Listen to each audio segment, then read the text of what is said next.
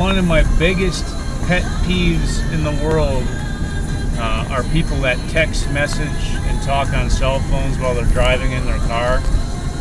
Well, I talked earlier in my videos today about how the hero becomes the villain. Look at me now, Mom.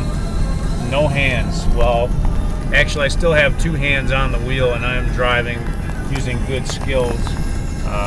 Is this dangerous? Not really. I'm just holding the phone, the camera with my right hand as I drive, kind of talking out loud. I always envisioned myself someday as a child maybe becoming a fighter pilot in the United States military. And I heard an analogy once about being a fighter pilot. It's like playing two video games at the same time while riding a roller coaster. So if you can play two video games while at the same time on a roller coaster, you probably have the right stuff to be a airplane pilot or a fighter pilot. I think that I can drive 45 miles an hour to work with my camera in my right hand as I go. Not too distracting. However, this does pose a problem because I've strictly been told not to bring my camera on the grounds anymore, and it's looking like I'm going to break that rule right on the onset. And I even gave my word that I would not bring my camera on grounds anymore. Well, until I have permission to bring my camera on grounds, I will not do so. So I'm going to have to do some problem solving here on the way to work on what am I going to do so I don't break the rules.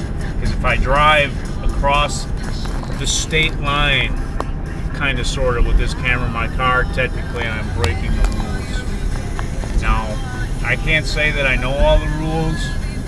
Can't even pretend to say I know all the rules. I'm probably, truth in fact, I'm not even close to knowing any of the rules.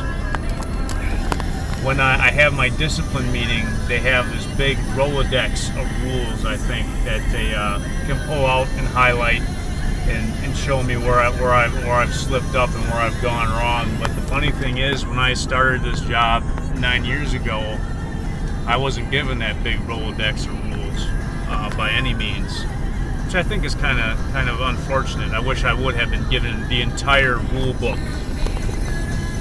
I know that behavior unbecoming a state employee is against the rules, and I guess that's really open to interpretation too.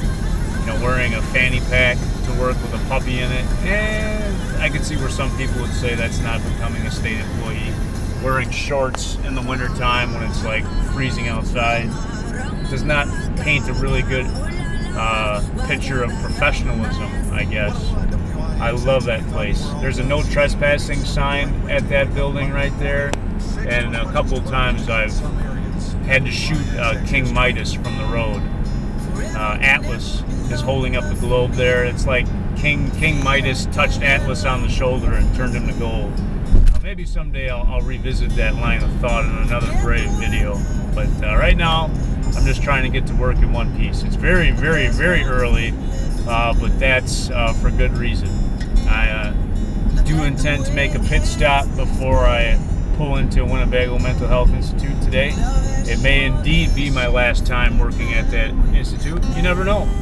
I could get in a car accident on the way to work, and maybe it'll even be my fault because I have this camera in my hand. And then you got to accept responsibilities of your actions. There's like tons and tons and tons of people out there that drive yakking on their cell phone and sending text messages, and a lot of times those people run into people and kill them, and then they have to, you know, live with that consequence for the rest of their life.